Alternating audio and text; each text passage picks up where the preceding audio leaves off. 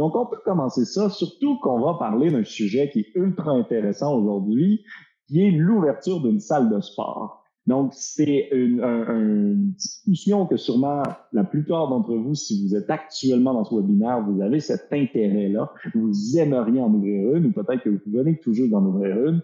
Donc, ça va être très intéressant là, de pouvoir parler de ça. Et pour en parler, on a joint Guillaume. Guillaume avec qui on travaille déjà depuis un bon moment, et Guillaume qui a déjà ouvert une salle, et même, il a fait encore plus, il a ouvert plusieurs succursales par la suite. Guillaume, est-ce que tu peux te présenter pour les gens qui ne te connaissent pas dans ce webinaire? Oui, bonjour à chacune, bonjour à chacun. Merci Étienne pour ce futur partage là actuellement. Oui, alors pour me présenter au niveau perso, d'un côté je suis marié et j'ai 4 enfants, donc c'est aussi une petite entreprise à gérer. 3 garçons et une fille, 8 ans, 10 ans, 12 ans, 14 ans. Et au niveau pro, tu as déjà commencé, hein, j'ai créé ça en fait, des clubs qui s'appellent Correspa, il y a 15 ans maintenant, un peu plus de 15 ans. Donc en tant que coach sportif, même si aujourd'hui je ne suis plus coach sportif en salle, mais il y a déjà 15 ans. Et le principe était le même, et c'est le même aujourd'hui, c'est qu'on est spécialisé dans le suivi personnalisé. Donc on a mis un club il y a 15 ans, 5 ans après on a créé le deuxième club également en propre. Alors je suis chi, je ne sais pas si ça s'entend ou pas, mais je suis de la région lilloise, là où il y a de la bonne bière notamment, et il y a un bon accueil, donc à chaque fois prêt à accueillir tout le monde. Et une fois qu'on a mis ça, en fait, le deuxième club en place, 3 ans après, en fait, l'objectif c'était de continuer à améliorer la qualité des gens. Donc, on est passé par le développement en franchise. Et donc, on a ouvert 2 autres clubs. Donc, aujourd'hui, après, il y a le Covid qui est arrivé. Donc, aujourd'hui, en fait, il y a 4 clubs, 2 clubs en propre et 2 clubs en franchise. Et l'évolution, en fait, c'est d'arriver actuellement, donc ça, c'est pour la partie club. Et après, c'est l'idée d'arriver sur un réseau de coachs sportifs et du mentoring et de la formation en ligne. Donc là, un petit peu au niveau perso et au niveau pro. Super, ben merci pour la présentation. De l'autre côté, vous me connaissez déjà sûrement là, en français, on fait plusieurs webinaires depuis un bon moment, mais donc Étienne Dubois, je suis le fondateur du logiciel XFIT, et donc c'est pour ça qu'on s'entend si bien avec Guillaume. Il souhaite un suivi par les coachs au Québec, les kinésiologues, et donc nous aussi, c'est ce qu'on prône énormément. Donc aujourd'hui, on va effectivement parler du rêve d'ouvrir une salle. Que ton projet soit actuellement totalement flou, que ce soit un rêve, ou bien que tu aies déjà commencé les démarches, tu auras dans ce webinaire toutes les informations nécessaires pour aller de l'avant jusqu'au jour de l'ouverture de ta salle. L'objectif aujourd'hui, on l'a structuré autour de 9 étapes clés pour concrétiser ton projet. Peut-être avant de commencer, Guillaume, est-ce que tu peux nous dire juste au moins pourquoi est-ce que c'est un sujet important aujourd'hui de parler de l'ouverture de la salle? L'ouverture, c'est important il y a déjà quelques temps, mais j'ai l'impression que plus les années avancent, plus c'est important. Parce que je ne t'apprends rien, au Québec, ça doit être pareil à mon avis, mais l'idée d'être indépendant et de gagner sa liberté en temps et financièrement est de plus en plus là. Et l'idée d'être auto-entrepreneur se développe complètement. Je donne des cours sur l'île avec des étudiants. Il y a 15 ans, je n'en avais quasiment pas. Je suis persuadé qu'est-ce que c'est que personal trainer, ce que c'est, mais de moins en moins. Et ça s'est développé. Donc, cette partie-là, je pense que les personnes rêver d'être à son compte, c'est déjà une bonne chose. Enfin, une bonne chose, et en tout cas, ça se développe et c'est de plus en plus accessible également, tant sur l'aspect financier, tant sur l'aspect concret des choses, compétences, comment il faut s'y prendre. Donc ça, je pense vraiment que c'est une bonne chose. Et après, je le divise en deux, parce que être auto-entrepreneur, personal trainer, c'est gérer sa micro-entreprise. Mais je fais quand même une séparation entre cette partie-là et l'idée de créer une salle de sport complète, plutôt type entreprise. Dans les gros axes, ce sera dans le même principe, on va s'y prendre. Par contre, il y a quand même une certaine nuance. On ne va pas gérer le même type de chiffre d'affaires en termes de management non plus, en termes de fournisseurs non plus.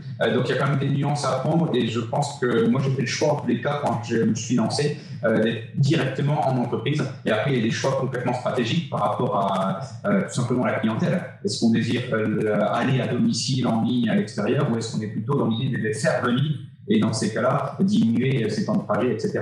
Donc, pour moi, la réponse, c'est dans l'air du temps, c'est également par rapport à soi-même ce qu'on veut faire et par rapport à la réponse clientèle, ce qu'on veut apporter comme plus-value et comme projet, en fait, son projet.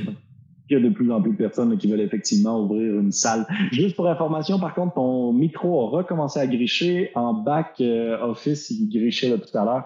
et on se fait dire qu'il a recommencé. Puis effectivement, pour moi aussi, je sais pas si tu veux rechanger à nouveau. Je suis désolé. Yes. On avait eu le problème, tout le monde, juste avant de commencer. On pensait l'avoir réglé, mais peut-être qu'on a repassé automatiquement sur l'autre micro là, en tant que tel. Peut-être que c'était juste ça. L'idée, est-ce que ça va plus? Non, c'est toujours la même.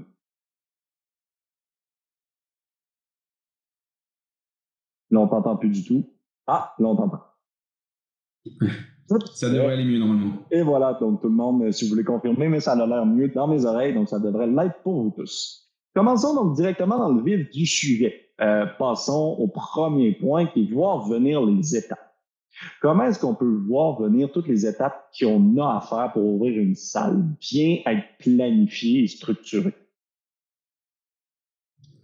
Alors, à mon sens, pour voir venir ces étapes, on parle souvent du business plan qui permet de tout rassembler, mais ce business plan, pour moi, c'est une étape. La première des choses, c'est l'homme avec un grand H, bien entendu, mais hyper important d'être fixé sur soi-même, ce qu'on veut faire, sa personnalité, son mindset, son projet, mais soi-même, ses compétences, ses valeurs, ses qualités, hyper important. Et après, on viendra voir également tout ce qui est le projet en tant que tel, et après on arrivera sur le business plan pour le chiffrer. Ce business plan, souvent, on me demande à quoi ça sert. Ah, excuse-moi, tu parles justement d'un point qui est super important, puis commençons par là, qui est effectivement le mindset, d'être proche de tes propres valeurs, d'où est-ce que toi tu veux aller, et donc effectivement de comprendre qu'est-ce qui te pousse à devenir entrepreneur. Oui, la fameuse question du why. Pourquoi on est là? C'est-à-dire, je vais le dire avec mes mots aussi, mais vers quel cap, quel est mon rêve, quel est mon but ultime? Cette partie-là est à mon sens hyper importante et vaut mieux pas trop se précipiter. Ces 9 étapes, je pense qu'il faut vraiment les prendre dans l'ordre et elles sont hyper importantes. Des fois, on veut foncer tête baissée. C'est une erreur à mon sens parce c'est une des premières erreurs en tous les cas qu'on peut faire. À mon sens, avoir sa vision, son cap, son rêve, c'est la première des choses. Moi, personnellement, c'est d'améliorer la qualité de vie des gens, de chacun de mes clients. Et tu vois, quand je diversifie mon activité, ou alors quand j'ai des choix à prendre, quels qu'ils soient, à chaque fois, je mets cette vision à chaque fois pour savoir est-ce qu'elle est en lien avec, est-ce qu'elle va donner du sens. D'accord. Et le mot sens est hyper important parce que c'est le sens qu'on va se donner soi-même, l'humain, et le sens qu'on va donner à sa boîte. Et je vais encore plus loin, c'est le sens, une fois qu'on est chef d'entreprise, dirigeant, c'est le sens qu'on va donner pour emmener ses équipes. Ouais. Et la richesse et la réussite, ça se tient les équipes. Et ce qui va devenir la vision, en fait, de ta salle au final. Oui, et cette vision, en fait, plus on avance, je te dis, ça fait 15 ans qu'on a créé, plus notre vision, une fois qu'elle est établie, c'est hyper facile après, qu'on parle après de marketing, qu'on parle de visuel, etc. Ça donne du sens dans ce qu'on doit faire.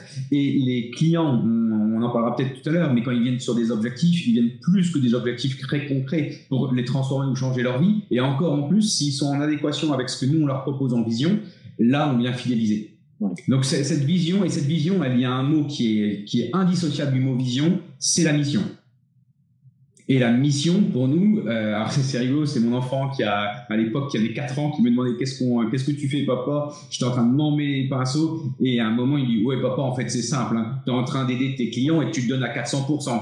Je fais c'est ça Romain, écoute je vais l'écrire d'une manière et en fait c'est ça. Notre mission en effet, chaque coach, l'objectif quand il se lève le matin, c'est d'aider chacun de nos clients à atteindre ses objectifs. Donc cette vision et cette mission pour moi c'est le cœur du métier, ce qui me pousse à devenir entrepreneur. Il y a une troisième chose, ça va être les valeurs. Oui. Et les valeurs, souvent on dit oui les valeurs, vas-y mets-en quelques-unes pour une entreprise. Encore une fois pas du tout. À mon sens les valeurs ça doit être des choses qui sont très pragmatiques. Quand je dis pragmatique, quand on met un mot sur la valeur, tu vois par exemple chez nous on a la convivialité comme valeur. Et ben la convivialité, elle est très concrète, c'est des salles de 200 mètres carrés. C'est 10 personnes à la fois maximum. Donc ça doit être concret, c'est pas uniquement on dit convivialité parce que ça sonne juste. Tu vois, ça c'est hyper important.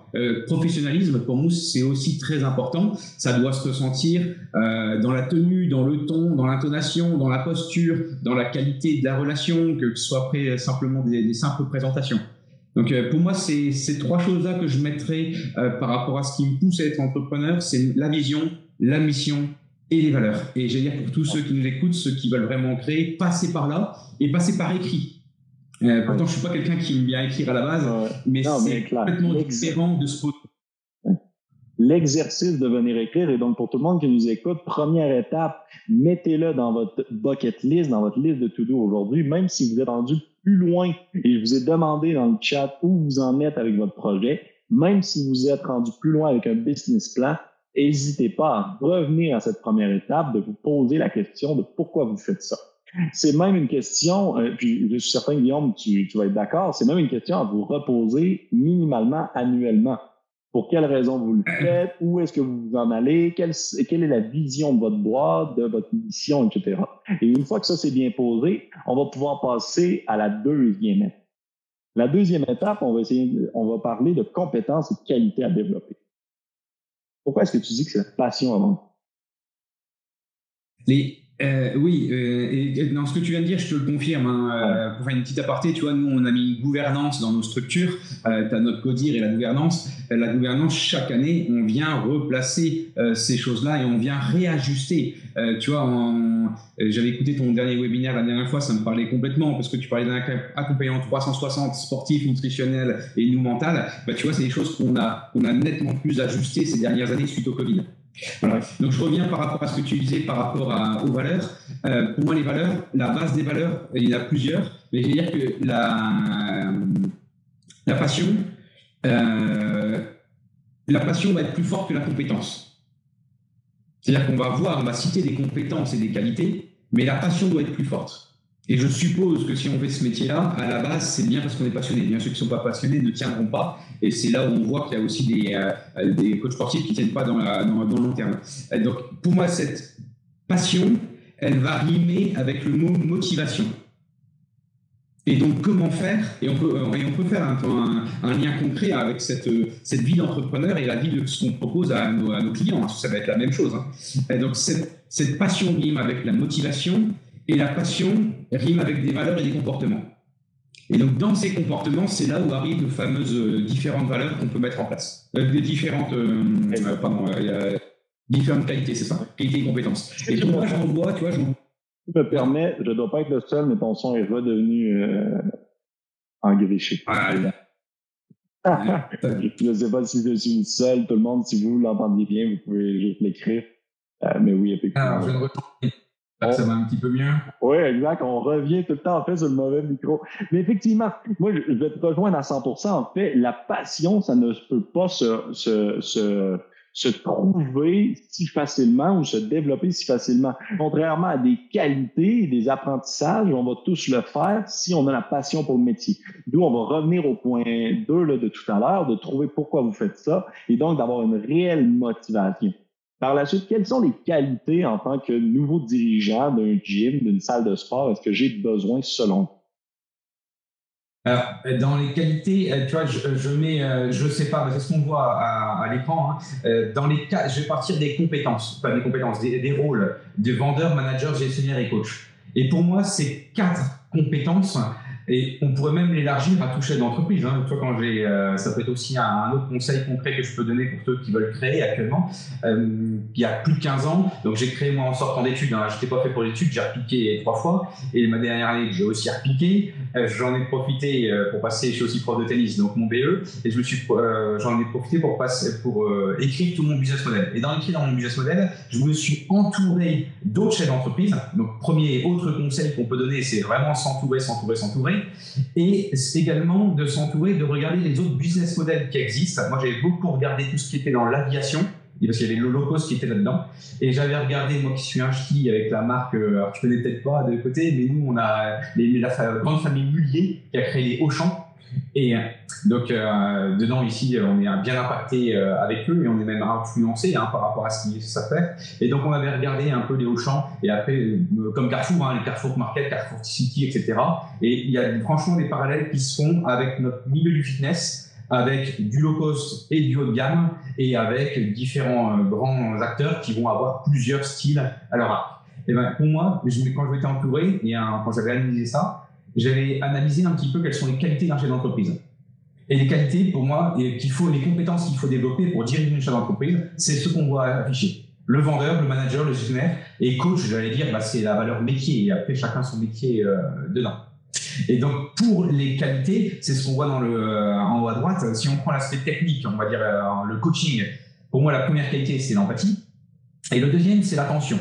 Et je vais bien dans cet ordre-là. Et quand on a beaucoup travaillé sur ces choses-là, on en avait, tu te doutes bien qu'on avait une vingtaine de valeurs qui étaient derrière. L'objectif, c'était d'en retenir que 2. Donc, choisir, c'est renoncer. Donc, on avait renoncé à toutes les autres. Mais lesquelles sont vraiment primordiales. Donc, l'empathie, l'attention envers les autres, la compréhension, l'écoute, on est fait avec 2 oreilles et une seule bouche. Et attentionner, c'est bien sur du haut de gamme. J'avais une formation au Ritz là, qui était faite avec Julia Robert qui venait, mais qu'il fallait absolument avoir un cocktail pamplemousse. Quand la prochaine fois qu'on vient, c'est l'attention de ce cocktail pamplemousse qui arrive. Et c'est ce qu'on doit avoir comme démarche. Tu vois, la dernière fois, j'avais du mal quand j'ai dû embaucher, j'avais vraiment du mal. On a 3 entretiens. Le dernier, c'était 2 personnes super. Et c'était la première fois que ça nous arrivait. On n'arrivait pas à choisir parce qu'ils étaient vraiment tous les 2 doués. Et ce qui a fait la distinction dans les 10 dernières secondes, ça vaut ce que ça vaut, parce que encore une fois, ils étaient bons tous les 2. Et c'était l'attention de la bouteille d'eau qui était transmise au client. Et pour moi, ça fait une différence. L'autre aurait pu le faire, n'empêche que celle qu'on a pris, elle l'a fait. Donc, tu vois, pour moi, c'est ces valeurs-là. Après, si on regarde la vente, et vente, bien sûr, il y a la communication qu'il y a avant pour après finaliser sur la vente, ce sera optimiste. Optimiste, il y a quelqu'un qui est optimiste, naturellement, a plus de chances d'aller conclure sa vente. Ça, c'est même prouvé par certaines études. Et c'est tout bête, mais souriant. Et quand on dit souriant, on va dire avenant, etc., d'aller vraiment avec l'état d'esprit. Pour moi, le 3e bloc, c'est le management. Et le management, il faut bien insister là-dessus, parce que alors, tous ceux qui nous écoutent, selon ce qu'ils veulent faire auto-entrepreneurs, ils vont être seuls, donc ils vont l'avoir nettement moins. Mais dès qu'on a une notion d'équipe et l'objectif, c'est de grandir, c'est bien l'équipe qui va après pousser toutes ces valeurs-là. Et les valeurs, tu vois, j'étais en train de lire actuellement tout ce qui est marketing expérientiel. Dans l'expérientiel, c'est bien les collaborateurs qui vont faire cette démarche. Et pour moi, il faut trouver des passionnés. Et on en revient à ce passion, c'est des passionnés et des personnes attentionnées. On en revient également sur l'aspect technique des choses. D'accord ? Mais la passion, pour moi, c'est vraiment ce qui est important.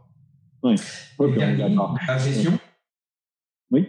Et dans la gestion, pour moi, c'est très simple. Et là, pour moi, il ne faut pas oublier que sur 10 boîtes qui créent, c'est 7 qui tombent en France la première année pour une faute de gestion.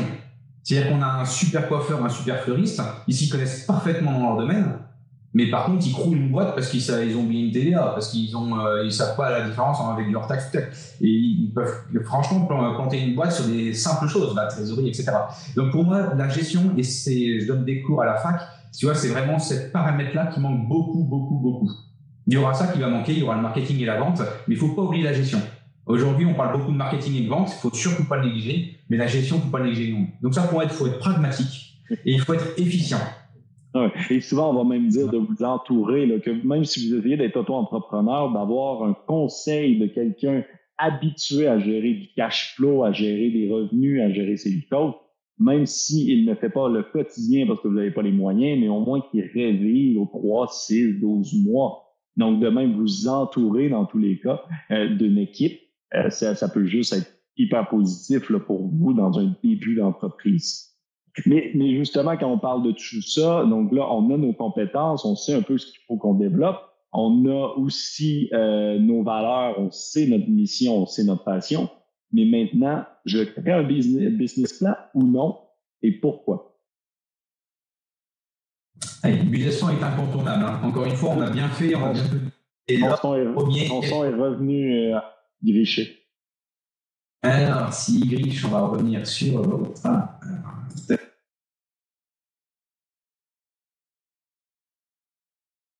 va mieux. C'est parfait. J'ai l'impression que c'est à chaque fois qu'on change de slide. On verra la prochaine. Ouais, effectivement. Alors, le business plan, oui, c'est ce qui va également de gérer pas gérer, mais vraiment pouvoir piloter le projet et voir la faisabilité également. Et c'est que c'est quand même cet outil-là qui va nous permettre de le présenter demain si on doit avoir des investisseurs ou les banques, etc. Et moi, j'aime bien également l'avoir en tête pour, entre guillemets, me donner des objectifs et les tenir et voir si on les tient. Et bien entendu qu'après, ce business plan évolue dans le temps. Notre prévisionnel évolue dans le temps. Mais aujourd'hui, là, on est en 2023. Je suppose pour toi également que tu as déjà travaillé sur 2024. Nous, on travaille sur des espaces, tu vas peut-être voir très très loin, mais on travaille sur 1 an, 3 ans, 5 ans et on pousse à 10 ans.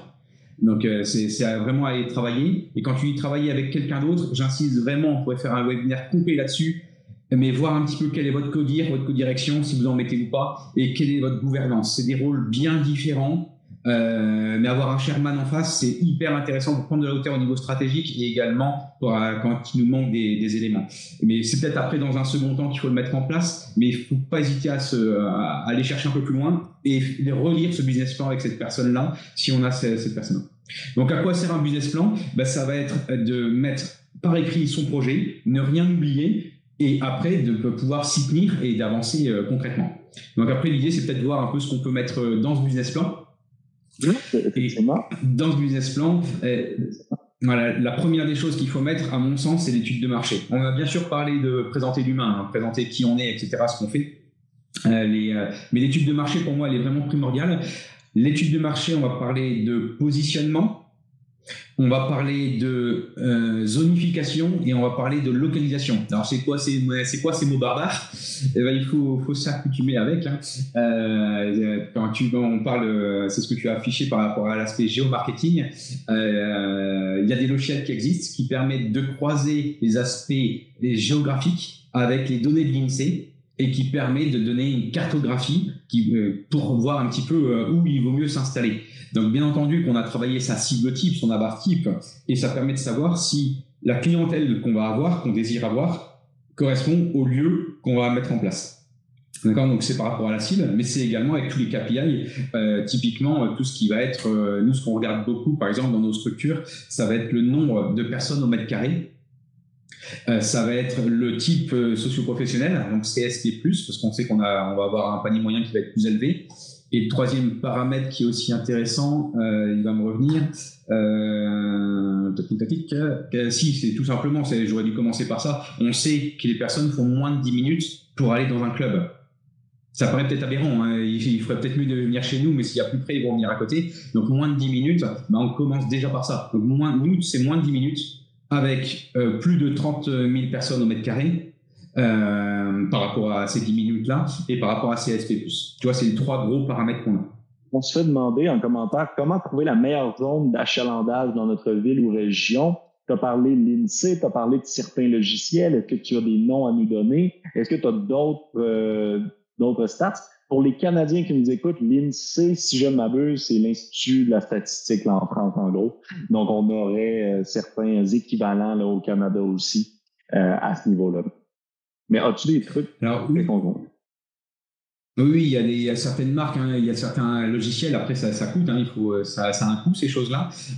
Selon les logiciels, ils ont des plus d'avantages, d'inconvénients. Il y a des choses que vous pouvez trouver totalement gratuitement qui sont ouvertes. Par contre, ce qui est embêtant, c'est que ça fait pas toute l'analyse. Donc, c'est à vous vraiment d'aller le cartographier, ou alors ça cartographie, mais ça vous dit pas ce qu'il y a à l'intérieur. Donc ça, au niveau gratuit, vous aurez ces éléments-là, mais vous pouvez pas en faire grand-chose puisqu'il n'y a pas la stratégie qui va avec. En termes de marque, j'étais à l'époque chez Territoire et Marketing, pour pas citer une marque, qui ont évolué, mais dans mon sens, dans le négatif. Donc c'est pour ça qu'on est parti chez Snapple maintenant, qui nous permet d'avoir juste ce qu'on a besoin en fait. Hein, parce qu'il c'est ces personnes-là où ils vont aller entre guillemets se régaler. C'est facile pour eux d'avoir les données. Par contre, après, c'est vraiment l'étude spécifique dedans que eux peuvent valoriser. Et moi, j'en ai pas besoin parce que je connais ma cible. C'est plutôt à moi de faire ce travail-là. Comprends très bien. Voilà, ça répond à la question? Oui, super bien. Donc, effectivement, pour trouver la meilleure zone, donc on peut se baser sur des statistiques, etc. Maxime, par contre, attention, c'est pas nécessairement la zone la plus achalandée qu'on a besoin, selon, encore une fois, le type d'entreprise, le type de salle de sport que tu veux. La zone la plus achalandée, ça va être surtout dans le contexte où est-ce que tu veux quelque chose qui va souvent être low cost et gigantesque. Dans un concept, par exemple, comme de salle de Guillaume, tu cherches sûrement la zone avec le plus de personnes qui représentent ta clientèle cible, soit une clientèle qui veut un suivi, qui a la capacité de payer un suivi. Donc, on n'est pas nécessairement sur le plus achalandé en tant que tel. Je connais en exemple une salle de sport au Québec qui est très intéressante, qui, eux, tu vois, leur clientèle, c'est les personnes plus âgées. Donc, ils vont toujours se positionner près d'une maison de retraite. Donc, encore une fois, c'est pas la zone la plus achalandée nécessairement d'un point de vue absolu, mais c'est la zone la plus proche de la clientèle cible visée. Donc, on revient un peu là à la mission, les valeurs, les buts. dans votre étude de marché de géolocalisation, il y a énormément de ça aussi là, qui rentre de compte. Et la localisation, il ne faut quand même pas négliger aussi, Étienne. Après, elle se fait aussi pas que en digital, hein. Il faut aller sur place. Nous, si on a un grand boulevard, il n'y a pas de feu. Si on habite juste en face, il faut mettre 5 minutes de plus. Donc, entre ce que le logiciel nous donne et après sur place, il faut s'intéresser aux mairies. Hein, s'il y a des futurs travaux, des futurs gros objectifs. Nous, il y a eu un énorme pont qui a été transmis, tout d'un coup construit à travers une rive, et on a quasiment fait fois un tiers par rapport à la zone qui passe par là, etc. Il faut regarder si on veut être en centre-ville, si on veut plutôt être nous, ce qui marche très très bien, c'est tout ce qui est au pied des autoroutes, hein, qui permet de faire, on n'est pas en centre-ville, mais qui permet d'avoir du trafic. Et après, on va regarder concrètement le local. Hein. Est-ce qu'il y a de quoi se garer? Combien de places de parking vous avez besoin? Est-ce que vous avez la visibilité? Est-ce qu'il y a les autorisations d'enseigne, de pré-enseigne? Il y a toutes ces choses-là qu'il faut regarder. Donc, ton son, il crépite après chaque fois où moi je parle, en fait. C'est comme si je gâchais ton micro. Donc, juste si tu veux rechanger, pourtant, je fais rien. Mais bon, on dirait que c'est après moi, en fait. C'est pas quand on change de slide. L'idée, au final, tu parles de géomarketing. Qu'est-ce que du géomarketing?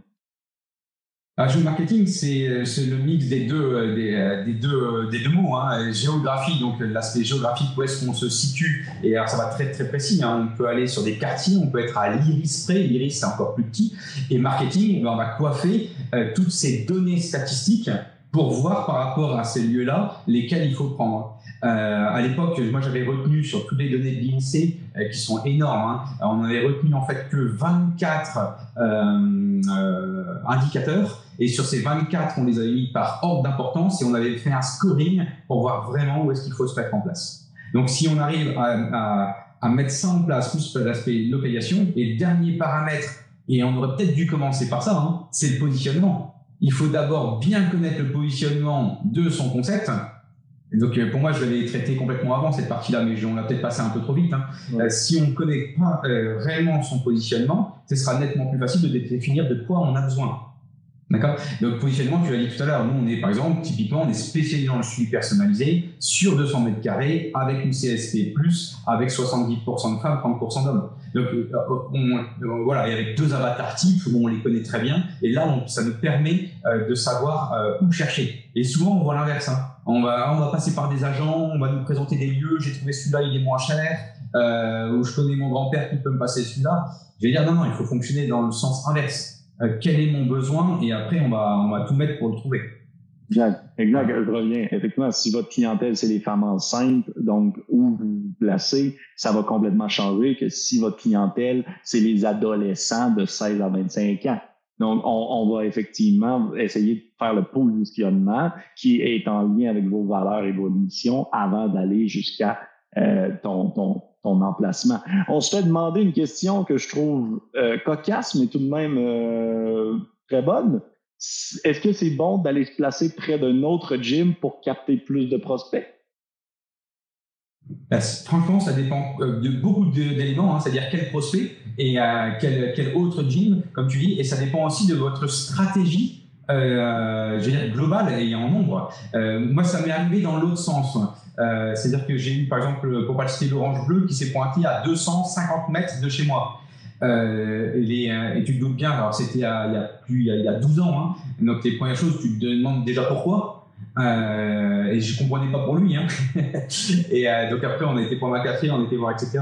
Et tu vois, avec du recul, moi j'ai perdu, je pense, 2 clients et j'ai dû en gagner 6 ou 7. Donc si le positionnement n'est pas du tout le même et on a réellement les bons clients dans son lieu, c'est nickel. Après, il y aura certainement des notions d'absorption si on va regarder certains locaux. Si tu regardes les Basifiques qui s'installent franchement partout et tu regardes les petites couleurs orange-bleu, naturellement, ils sont quand même dans le même univers. En tout cas, la valeur perçue va être moins forte que ce que je fais. Mais demain, moi, je suis certain que tu mets il correspond à spécialisé dans le suivi personnalisé. Tu mets quelqu'un qui est hyper doué, un studio dans le yoga ou dans le pilates. Tu mets quelqu'un qui va être dans le cycling, sous cycling pour pas le citer, et tu mets un low cost, eh ben les 4 vont fonctionner.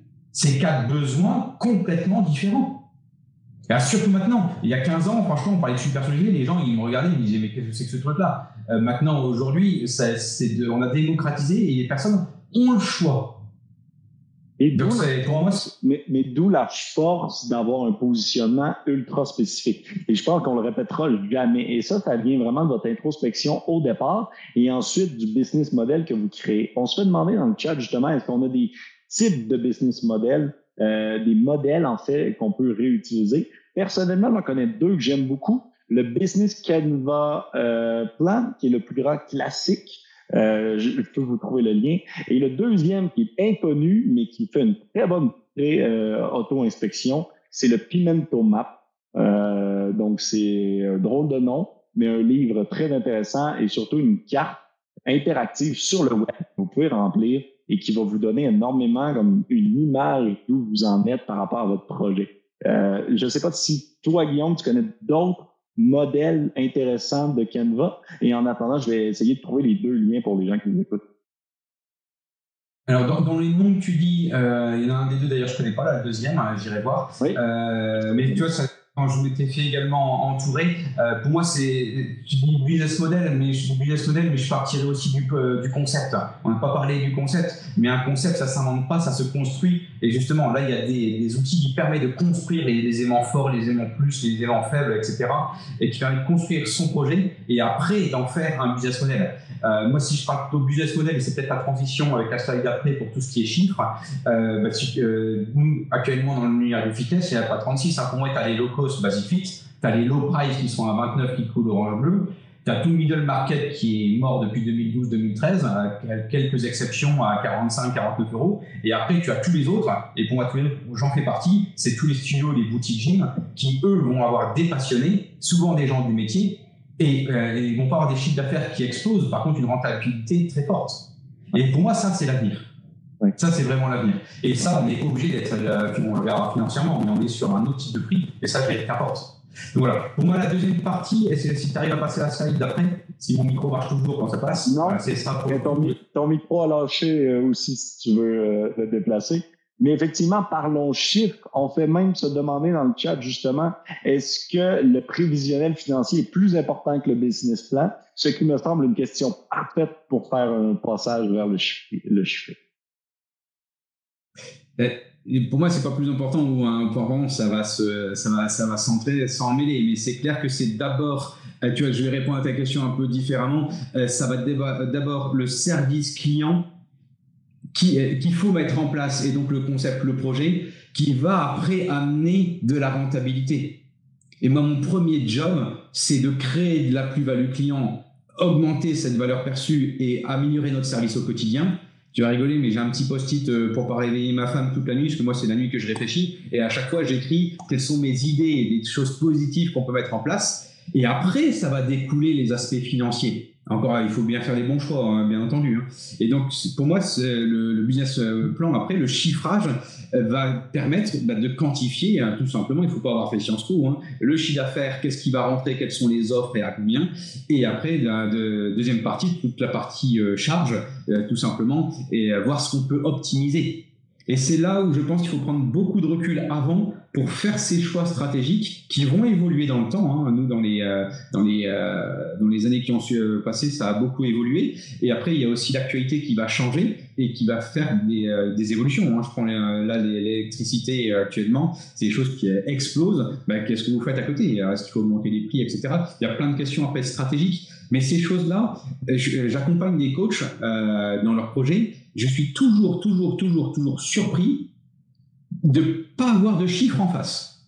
Et quand je dis pas, c'est 0. Et quand j'en ai, c'est pas forcément tenu. Personnellement, moi, je sais toutes les heures à la seconde près, dans tous mes clubs, quelles sont leurs ventes, quels sont leurs paniers moyens, quel est le client actif, combien il y a de bilans à venir, qui a résilié, etc. C'est-à-dire qu'il ne faut pas en avoir 36. Nous, on a 9 informations très claires et il faut savoir les lire. Il faut les avoir, il faut savoir les lire, et il faut savoir surtout les interpréter pour mettre quel levier il faut mettre en place. Donc pour moi, cet outil-là, il est indispensable pour piloter la boîte, mais pour aller plus loin, pour faire parler et jouer la stratégie qui est derrière. Donc pour moi, ce chiffrage est hyper important de savoir quantifier pour après gagner en qualité par rapport aux choix qu'on fait. Donc, pour le chiffrage... Ouais, tu conseilles d'être plus pessimiste ou plus optimiste dans ces prévisions chiffrées? Alors, personnellement, je suis dans le prévisionnel que je donne, par exemple, pour moi, je suis pessimiste. C'est-à-dire que quand on ouvre, ça fera que mieux. L'objectif, c'est de dormir sereinement et, entre guillemets, d'avoir tant mieux de la marge. Nous, une des choses qu'on met nous en management intérieur, nous, c'est célébrer les succès et fêter les réussites. Donc, tu te doutes bien, il y a toujours une petite bouteille qui est là. Tu vois, j'avais mis au défi des managers et ça fait mes structures, quand elles sont remplies, tu vois, c'est 260 clients. Et actuellement, on est à 252 et plus ça monte, plus c'est difficile de les avoir parce que c'est remplir exactement la clientèle qu'on a besoin par rapport à des créneaux-types. Et je lui ai dit, Paris, une fois que tu arriveras à tes 250, tu tiens 3 mois là-dessus, on ouvre une bouteille. Et donc là, c'est ce qu'on a réussi à faire. Donc, il était piloté sur ces chiffres. Mais voilà, c'est aussi source de motivation. Ah oui, effectivement, puis d'avoir les bons KPI. Puis, si on parle... non, pas final, excusez-moi. Et si on parle rentabilité en tant que telle, donc comment est-ce que en combien de temps est-ce qu'on peut espérer se rentabiliser? Comment est-ce qu'on planifie l'achat des équipements, qui souvent est très coûteux dans l'ouverture d'une salle? On va parler financement après, mais comment qu'on peut espérer une rentabilité rapidement ou lentement? Et quel type de rentabilité on peut espérer aussi? Oui. Après, rentabilité, il faut aussi qu'on se mette d'accord sur comment la calculer et ce que c'est, parce qu'il y a pas mal de manières de le faire. Donc, je vais y répondre juste avant, mais dans ce que juste après, mais dans ce que tu viens de dire, il y a pas mal d'éléments qui sont importants. Pour moi, ça va être la partie rentabilité. Si on regarde comptablement parlant, ça va être l'EBE sur le chiffre d'affaires et ça donne un pourcentage. D'accord? Ce pourcentage-là, pour nous, pour donner un ordre d'idée, même pour ceux qui connaissent pas, c'est quoi le BE? L'excédent brut d'exploitation. On va peut-être pas rentrer dans les détails, mais globalement, c'est ce que vous pouvez, tout ce que l'entreprise gagne va récupérer en plus sans mettre votre indemnité. Parce que votre indemnité, c'est bien ce que vous allez faire comme choix pour le prendre après dedans. Mais faites-vous aussi accompagner. Mais par contre, faites-vous accompagner, mais comprenez ce que ça veut dire et comprenez comment ça fonctionne après. C'est des choses les plus importantes. Et donc, le BE sur le chiffre d'affaires donne ce pourcentage. Nous, même en période de crise avec Covid, on est entre 10 et 14%. D'accord. Ça, c'est aussi un repère qu'on peut avoir dans l'immobilier. Actuellement, c'est du 5-5-5. D'accord. Des placements financiers, c'est même pas un 50. Donc ça, c'est aussi intéressant pour avoir le pourcentage. Moi, je regarde cette partie-là, mais je regarde aussi concrètement combien on laisse en résultat et combien on met dans sa poche. Alors ça, souvent, pour les personnel trainers, ça parle un petit peu plus. Combien tu gagnes, on peut concrètement le dire. Mais un chef d'entreprise, moi, je me paye franchement de manière complètement différente. Je vais me payer en licence de marque, en banque directe, je vais me payer en indemnité de gérance, et je vais charger à fond la boîte avec une voiture, assurance, etc. On va pouvoir prendre dans les bénéfices. Donc, il va falloir essayer de voir un petit peu tous les intérêts, où est-ce qu'il faut aller piocher, à quel moment, pourquoi, où est-ce que c'est plus intéressant au niveau fiscal, etc. Et ça évolue dans le temps. Donc pour moi, tu vois, la grosse partie de la première question, ça va être cette partie-là. Et après, je pense qu'il va falloir faire nos choix concrets dans ce qui rentre dans le chiffre d'affaires, quel type de forfait on fait, à quel prix, quel est le panier moyen, etc.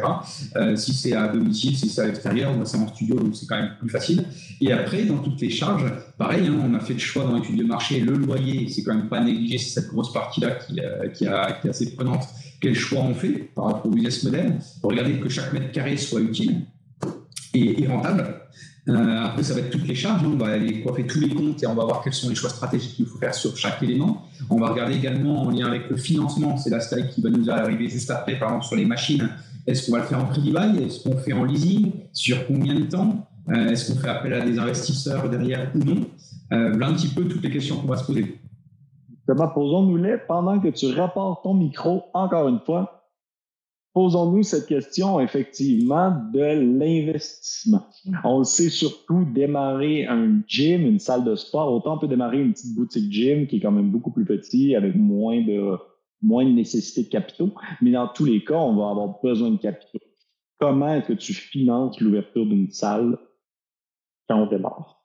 Alors, les capitaux, alors là, avec la crise, ça a encore changé, selon les pays, selon là où on habite, etc. Pour donner un ordre d'idée, actuellement, les banques vont suivre si vous mettez à peu près 30%. Avant la crise, c'était même, moi, dans mes clubs, j'avais réussi à descendre à 20%. Donc maintenant, on est plutôt à 30% du montant total. Donc dans tous les chiffres dont je vais transmettre, c'est toujours en hors taxe que je vais parler. Une petite boutique gym, moi, je pars du principe, moi j'appelle ça la franchise des coachs. J'étais coach sportif. Je suis pas un fils à papa du tout, j'avais 5 000 € grâce à mes colonies de vacances, donc tu vois, j'avais pas grand chose. Et donc je peux te raconter après comment j'ai fait, mais c'est tout à fait possible pour tous ceux qui nous écoutent. Moi, j'avais rien. Donc un Corestra, pour donner en idée, c'est 180 000 €. 180 000 €, c'est le montant total à financer. Et dans les montants totaux, si on regarde l'ensemble des choses, il va avoir de la trésorerie, il va avoir les machines, nous, c'est à peu près 70 000 €, c'est ça un gros poste. Il y a les travaux, 40 000 €, il y a tout ce qui est petit matériel, etc. Donc, on va retenir 180 000 €. Et sur ces 180, les banques vont demander 30% en apport. Et en apport, ça, il faut pas confondre pour ceux qui nous écoutent. C'est bien, moi, Guillaume Legrand, combien je vais apporter à la banque. Et bien ça, donc nous, ça correspond à peu près à 40 000 €. Donc, pour moi, c'est jouable d'ouvrir une structure dès qu'on a 40 000 € d'apport. Et ces 40 000 €, il faut pas se leurrer. Actuellement, en France, ceux qui ont, je parle avec moi j'avais 24 ans quand j'ai créé, on n'a pas forcément ces sommes-là. Il faut demander à papa, à maman, moi j'en avais pas, à votre grand-père, à votre grand-mère, j'en ai une qui va prêter un petit peu, aux amis des parents, moi c'est ce que j'ai réussi à avoir. Et il faut demander à votre chien, à votre chat, qui vous voulez. Mais il faut avoir cet apport. Et il faut aller bosser. Mais par contre, les entrepreneurs, j'entends beaucoup quand j'ai des coachs au téléphone, ah mais je vais encore travailler 1 an et demi, je vais mettre de côté, ça va permettre de le faire. Non, faut pas rêver. Un entrepreneur, à un moment, il vient chercher de l'investissement. Alors, je suis un peu dur quand je dis ça. Il y en a qui me disent, ouais, mais tu crois pas? Si, je vais surtout pas casser un rêve d'un entrepreneur. Il faut aller jusqu'au bout. Mais c'est pas comme ça qu'un entrepreneur s'y prend. À un moment, il faut aller toquer à la porte d'autres personnes pour avoir ces apports. Des aides, il n'y en a pas 36 000. En France, il y en a une grosse aide qui marche bien avec Pôle emploi. C'est dès qu'on a travaillé plus de 6 mois dans n'importe quel domaine avec CDD ou CDI, on peut avoir cette aide à l'emploi où pendant 17 mois, on va toucher soit le SMIC, soit un pourcentage de ce qu'on avait avant, qui permet quand même de se lancer justement avec moindre risque. Et après, tout à l'heure, j'ai pas répondu à une question que tu avais posée. À un moment, Étienne, tu m'avais dit en combien de temps on peut être rentable. Alors, en France, sache que la moyenne, je sais pas si tu le sais, mais c'est 17 mois. Les banques, les entrepreneurs, quand ils ont un projet, normalement, c'est à peu près du 17e mois qu'ils atteignent leur point, qu'ils atteignent leur point mort et qu'ils sont rentables. Donc, le point mort, c'est le moment où l'entreprise ne perd plus d'argent.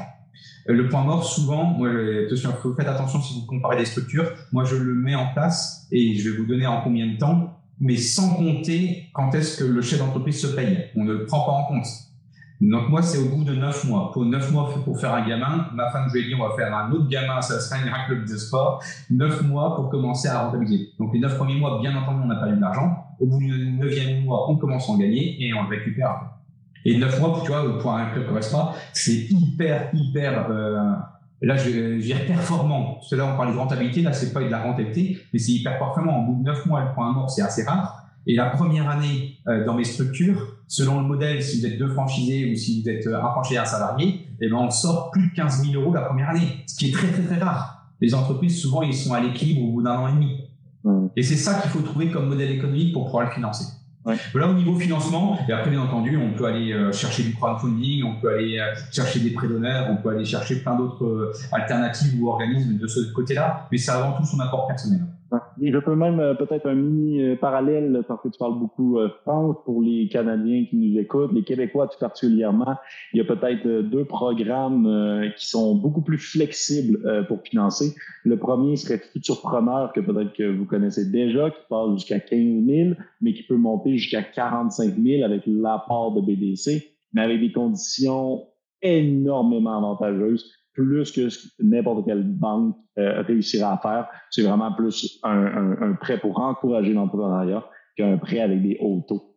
Et de l'autre côté, BDC tout seul, on les connaît beaucoup moins au Québec. BDC, c'est la Banque du développement du Canada, mais ils sont hyper créatifs dans leur aide et puis ils sont très, très, très agréables là, à travailler avec. Donc, ça peut être 2, parce que vous connaissez déjà les banques, ça peut être 2 autres structures au Canada pour ceux qui nous écoutent, qui sont très intéressants à aller voir là, en tant que tel. Parlons ensuite, donc maintenant, quoi que ça a l'air d'être un sujet qui intéresse énormément le financement. Donc, si certains, vous avez des questions ou quoi que ce soit, n'hésitez pas. On se fait même demander justement, est-ce que, et ça fit un peu avec la question d'après justement, Est-ce que tu fais rentrer un associé, un co-investisseur en tant que tel? Et avant que tu commences, je crois que ton micro a encore... Alors, je change le micro et j'arrive. Ah non, il a l'air correct finalement. Donc oui, et au niveau du financement, tu as fait une bonne transition parce que avant de parler du recrutement et de l'association, mais c'est en lien également. Tu vois, nous, quand tu fais partie d'un réseau, en tout cas, moi, ma Correspa, ce que j'ai mis en place, c'est qu'il y a plusieurs styles d'aide. Déjà, les banques sont nettement moins frileuses parce qu'il y a déjà du passé, il y a déjà un actif, il y a déjà un business plan, on accompagne, etc. Mais il y a également, tu vois, nous, on travaille avec des partenaires selon le type de business plan et le type de profil d'entrepreneur. Je vais pouvoir proposer et présenter typiquement des personnes que j'appelle les love money, qui sont prêts eux-mêmes à apporter soit en rentrant dans la structure, soit directement avec l'entrepreneur et l'aider dans cette gestion et égaler. Donc ça, ici, c'est faites-vous entourer. Des petits réseaux comme les miens, le gros avantage, c'est qu'on est très très proches. Et c'est là le gros intérêt par rapport à des gros où on va venir mettre des gros organismes en face. Voilà. Et encore une fois, c'est peut-être des montants qui peuvent faire peur, les montants que j'ai donnés, mais c'est des petits montants. C'est pas énorme non plus si on compare par rapport à la concurrence ou qu'on compare par exemple à des choix de vie, de choix de maison, etc. ou de plus-value. Donc pour moi, il y a plusieurs modèles. On peut prendre à Correspa, il faut être deux. Il y a 72 heures d'ouverture. On est ouvert tout le temps sauf le dimanche après-midi, 8h30 le matin, 8h30 le soir. Donc il faut être présent dessus en opérationnel et vous doutez bien que c'est nettement plus intéressant si vous n'avez pas forcément d'investisseurs derrière ou de financiers derrière parce qu'ils ne prennent rien. Nous, c'est notre cas dans toutes les structures où c'est moi qui joue ce rôle-là maintenant. Donc ça ici, c'est intéressant de ne pas en avoir si on peut. Donc la meilleure solution, c'est pourquoi pas, si financièrement on peut, c'est d'être seul. Donc mettre ces 40 000 euros, on a demandé à droite à gauche, on a réussi à les réunir et partir avec un salarié. Mais on peut aussi faire le choix de s'associer. Alors s'associer, on va répondre sur l'aspect financier, mais on va répondre aussi sur l'aspect avec qui s'associe, comment s'associer, les dangers de s'associer, etc. Sur l'aspect financier, tout à l'heure, si je prenais le modèle Correspa, il faut 40 000 euros d'apport. Cette fois-ci, si on s'associe, il faut toujours 40 000, mais cette fois-ci à deux. Donc il y en a un qui peut mettre 30, l'autre 10. D'accord, 20-20, je ne vous le conseille pas, même si c'est possible, mais ça devient nettement plus abordable également. 3, dans nos structures, ça ne sert à rien. Il y a toujours un qui sert à rien. Ça peut être ça. Ça peut être aussi, pourquoi pas, un ami ou un grand-père qui peut venir au capital et le mettre en compte courant. Il faudra faire la distinction entre le capital et le compte courant, qui permet de ne pas forcément être un prêt. Et donc ça peut aussi rassurer. Il y a plein de solutions internes à mettre en place. Voilà. Et après, dans mes structures, je m'ouvre aussi aux passionnés du fitness qui ne sont pas diplômés. Dans ces cas-là, ils ne peuvent pas prendre en charge les gens. Et là, ils le font purement sous forme d'investissement. Et ils cherchent soit 2 personnes diplômées, soit de plus en plus, j'ai des gens comme ça qui me demandent de trouver un franchisé diplômé et qui permet de l'aider à monter sa structure. Donc ça, c'est aussi possible. Et pourquoi tu ne me conseilles pas 20-20 ? Alors ça, donc là on quitte sur l'aspect purement financier. Alors là, ce que je veux dire, c'est ce que je pense moi. Maintenant, j'ai pas forcément c'est pas une question de raison ou tort ou de vérité. Une boîte, quoi qu'il arrive, elle va soit crouler, soit flotter, soit performer. Et il faut imaginer les trois. Et puis dans sa vie d'entreprise, elle va monter, elle va descendre. Et puis de toute manière, à un moment, vous allez soit la revendre, soit à un moment, nous, la courbe de l'être humain à 60-70 balais, 90 ans, on va mourir et votre boîte, c'est elle, s'il faut la continuer. Donc il y aura des choix à faire et il y a des choix stratégiques où à un moment, on n'est pas forcément d'accord ensemble. Et c'est normal de ne pas forcément être d'accord ensemble. Et si on n'est pas d'accord, mais à un point qui monte vraiment fort, il n'y a rien de pire d'être à 50-50 en pourcentage, puisque votre boîte, naturellement, elle va couler. À un moment, il vaut mieux faire un choix. Donc, le but, c'est pas d'arriver à là. Mais c'est pas pour autant que si quelqu'un est majoritaire ou minoritaire, c'est pas parce que celui qui est minoritaire qui n'est pas chef d'entreprise. Pas du tout. Il a les mêmes responsabilités qui sont derrière. Ça va être dans les PV d'AG, ça va être tout ce qui est décision extraordinaire. Donc on arrive quand même sur des choses qui sont franchement plus limitées et plus rares. Et encore une fois, là, on va parler de pacte d'associés, on va parler de ces choses-là. Mais c'est un type de mariage. L'objectif, c'est on en revient. Est-ce que la vision est la même? Est-ce que la mission est la même? Parce que les chemins pour y arriver vont être différents. Voilà un petit peu pour toute la partie s'associer. Et as-tu des conseils pour s'associer? Comment trouver le bon associé? Moi, personnellement, je suis associé. C'est-à-dire que j'étais seul. Il y en a qui vont me prendre pour un fou. Mon premier expert comptable m'a dit: mais t'es malade, Guillaume, parce que j'avais tout. Et au bout de 5 ans, je me suis dit: mais Guillaume, t'as tes épaules qui font 60 cm, tu vas pas pouvoir aller très très loin. Et je voulais ne plus être opérationnel dans les clubs pour pouvoir développer la stratégie et le reste. Et je crois à l'association. Et tu vois, quand on est passé par le Covid, je peux dire que j'y crois très très fortement. Donc je suis ultra majoritaire, oui, ça c'est sûr. Mais par contre, ça change rien dans le co-développement, le co-animation. Donc moi ici dans mes structures, j'en ai 2 en propre. Je suis ultra majoritaire dans chaque, mais à chaque fois, j'ai un de mes gars qui est dedans, qui est où c'est sa boîte, il est chef d'entreprise, Sébastien et Florian pour pas les citer. Et à chaque fois, j'ai un salarié qui vient également compléter l'équipe. Donc moi, c'est ce que j'ai préféré faire. Et tu vois, mon codir c'est la codirection. C'est bien moi-même créateur et directeur de l'enseigne avec mes 2 bras droits, mes 2 chefs d'entreprise de mes 2 unités pilotes. Et je suis bien content de travailler avec eux pour avoir différents points de vue également à ce niveau-là. D'accord ? Et qui ne sont pas les mêmes personnes que la gouvernance.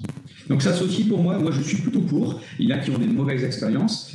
Faut voir, on est mariés, donc voir un petit peu quelles sont les limites, quelles sont les règles qu'on va se donner également. Donc c'est toutes ces parties-là.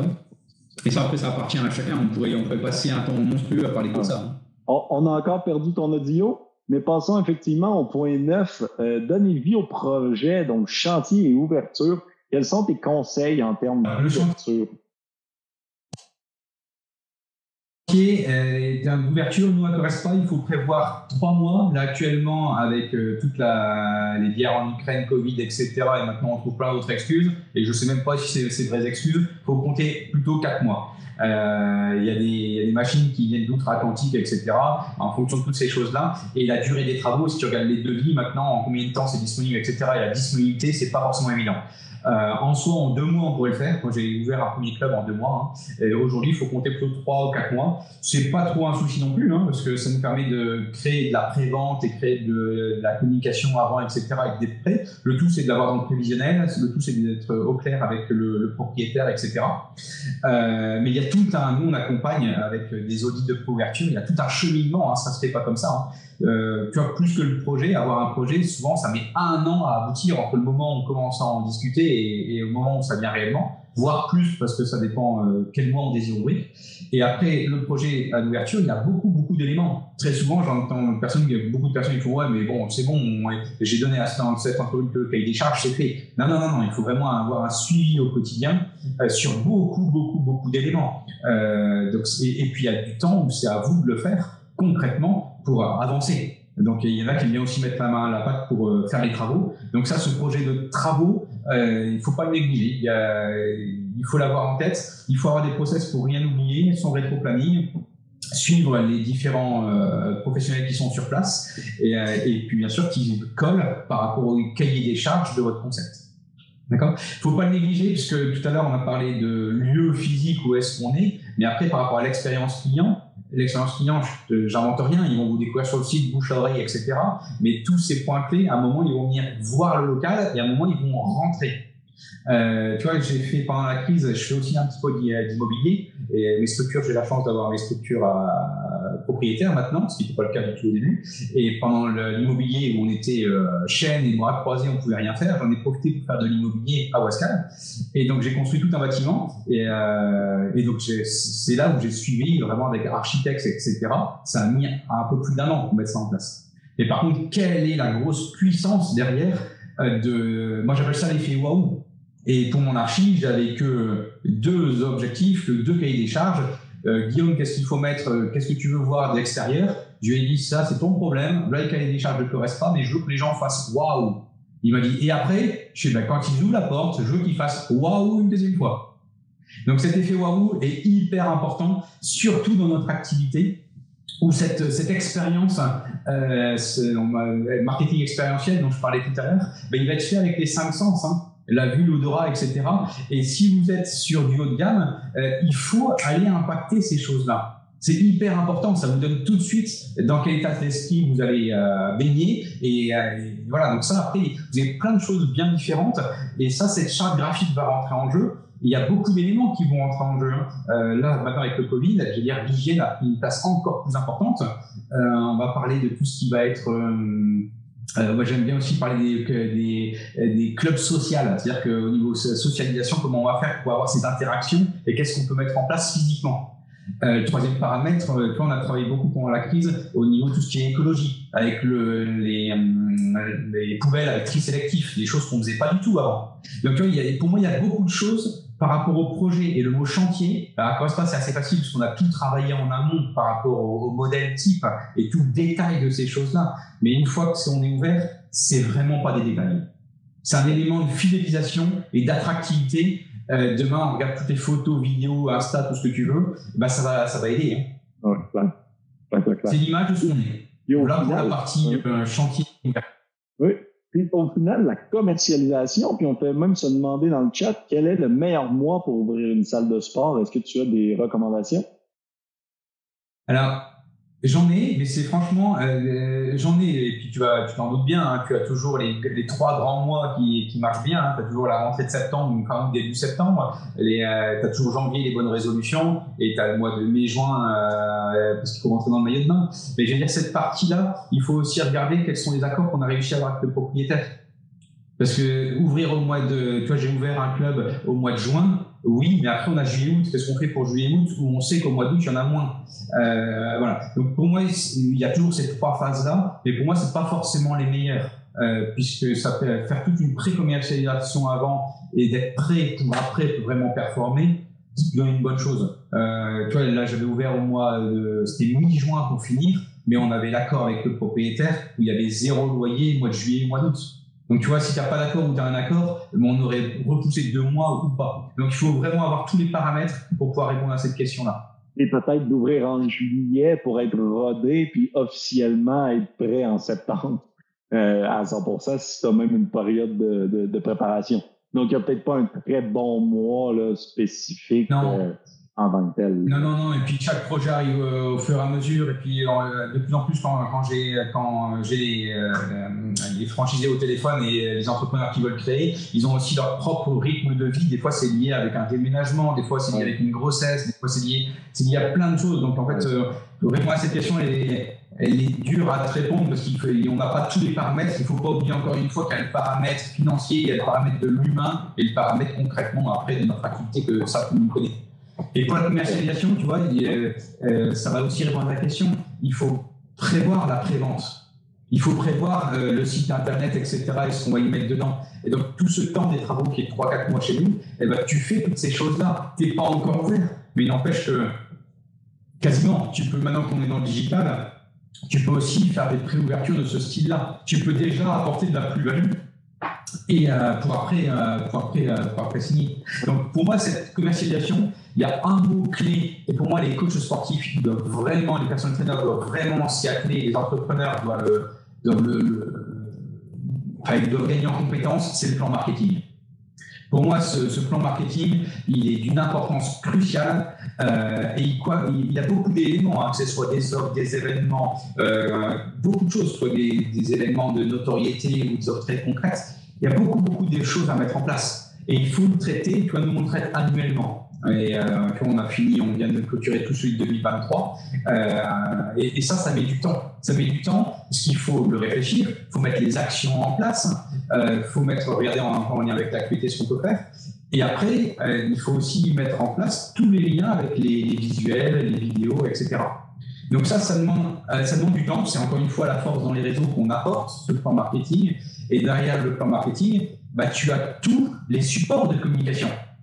Les supports de communication, il n'y a pas que le digital. Hein. Et le digital, moi je suis pour, mais encore une fois, il ne faut pas se limiter à ça. Et je pense que je parle aussi à un convaincu. Et tu as également tout simplement les simples supports, les drapeaux, les bâches, etc., les flyers qu'il ne faut pas négliger. Et ça, il faut les avoir en amont, tout ça. Nous, pour donner un ordre, on a 105 supports de commun. Et ils sont déjà tous faits. Donc, tu vois, ça, c'est quand même hyper intéressant à avoir. Donc, ça va des badges, de la carte de visite, des drapeaux, des flyers, des plaquettes. Il y a tellement de choses. Et c'est ça qu'il faut prendre au bon moment. Bon, là, pour la commercialisation, mais bien sûr, la pré-ouverture. Super. Si tu veux, ton son, on l'a encore perdu à nouveau. Nous avons perdu ton son. Mais l'idée, et ensuite, je vous dirais, et puis je sais là qu'on a atteint le 1 heure qu'on a dit, mais je pense que c'était tellement intéressant et tellement terre à terre. Comme vous pouvez voir, Guillaume a vraiment la connaissance de comment ouvrir des salles. Et puis de faire affaire, je pense que c'est un peu l'avantage. Vous avez deux options, soit vous démarrez de zéro, mais là, vous avez tout à apprendre, soit vous allez sur un concept de franchise. Et à ce moment-là, vous avez déjà beaucoup d'apports qui arrivent par défaut dans votre entreprise pour s'assurer que ce soit un succès. Donc, il y a toujours les deux volets. Ça va dépendre de votre profil, de vos positionnements, de vos objectifs, de plein de choses. Mais que ce soit dans l'idée d'ouvrir la salle, une salle Correspa ou une salle peu importe, ou que ce soit dans l'idée de démarrer votre projet de A à Z, moi, je vous conseille fortement, malgré tout, et vous le savez dans les webinaires Expit, on le demande toujours à nos invités, de se rendre disponible pour répondre à plus de questions. Donc, vous avez accès à Guillaume. En bas à gauche, vous avez un bouton pour discuter de votre projet avec lui. Encore une fois, ça va juste vous donner des conseils, ça va vous donner des opinions, ça va vous donner des lumières rouges, des alertes, des choses à savoir, des choses à être certain. Donc, je vous conseille fortement là, de cliquer en bas à gauche sur le discuter de ton projet avec Guillaume. Et lui, ça promet de vous aider. Encore une fois, merci beaucoup tout le monde d'avoir été présent. J'ai vu là, que c'est un sujet qui vous intéressait énormément. Vous avez tous été hyper actifs dans le chat. Guillaume, je peux juste te remercier de tout l'apport que tu nous as donné, toutes les connaissances que tu nous as données. Est-ce que tu veux nous dire un tout petit peu un mot de la fin et sur pourquoi les gens devraient peut-être communiquer avec toi pour être encore plus certains de leur projet? Le mot de la fin, je vais dire, croyez en vous, et tous ceux qui vous diraient que vous n'allez pas y arriver, ne les écoutez pas, puisque ça, c'est certain que vous en aurez, et pas parce que votre idée est farfelue qu'il ne faut pas aller jusqu'au bout. Un entrepreneur doit avoir de la folie derrière tout ça. Donc ça, il faut l'avoir. Donc je suis quelqu'un d'optimiste, donc j'irai chercher ça et après discuter ensemble. L'idée, je pense que ceux qui sont en face là doivent le ressentir si on se connaît également. La relation est très facile et il ne faut pas se prendre la tête à longueur de temps. Des fois j'entends oui mais les gens ne sont pas accessibles, oui mais il a ce niveau d'hiérarchie, etc. Je dirais, surtout dans le monde du fitness, pas du tout. Donc ça ici, appelez, c'est hyper simple. Vous avez mon numéro de téléphone, mon mail partout sur le site internet où vous voulez.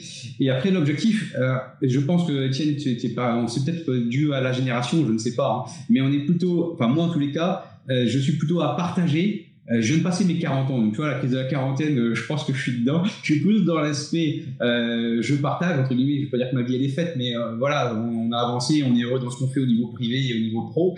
Donc l'objectif maintenant, c'est de partager et de transmettre. Donc après, n'hésitez toujours pas, si on a des choses à faire ensemble, tant mieux. S'il y a quelque chose à transmettre ou à aiguiller, tant mieux également. Donc ça, voilà, faut pas hésiter. J'espère pas, et avec tous les entrepreneurs du fitness, hein, on doit faire grandir ce fitness. Nous, en France, on n'est même pas à 9% de taux de pénétration. Il faut aller augmenter ce chiffre-là. L'objectif, c'est d'aller augmenter le nombre de personnes et d'améliorer la qualité de vie de chacun de ses clients. Je te rejoins à 100% sur ça. Et même, je vais rajouter, je vois très souvent des gens qui sont inquiets de parler de leur projet parce qu'ils vont se faire copier ou X, Y, Z. Mais arrêtez avec ça. Discutez avec d'autres personnes, d'autres entrepreneurs, d'autres personnes qui l'ont déjà fait ou qui veulent le faire. Vous allez juste être nourris et faire moins d'erreurs par la suite et personne ne va copier votre concept. Ou si quelqu'un le copie, avec tout le respect, c'est un très mauvais concept si vous n'aviez aucun distinctif et quelqu'un peut juste passer en avant de vous aussi rapidement. Donc, n'hésitez pas à parler avec les gens, à discuter. Puis vous allez voir, là, ça peut juste vous apporter encore plus de valeur. Merci encore une fois beaucoup, Guillaume. Merci tout le monde dans le chat. Et puis, on se retrouve assurément là, pour un prochain webinaire sous peu. Merci à tous. Salut Étienne. Au revoir à chacune et à chacun. À bientôt.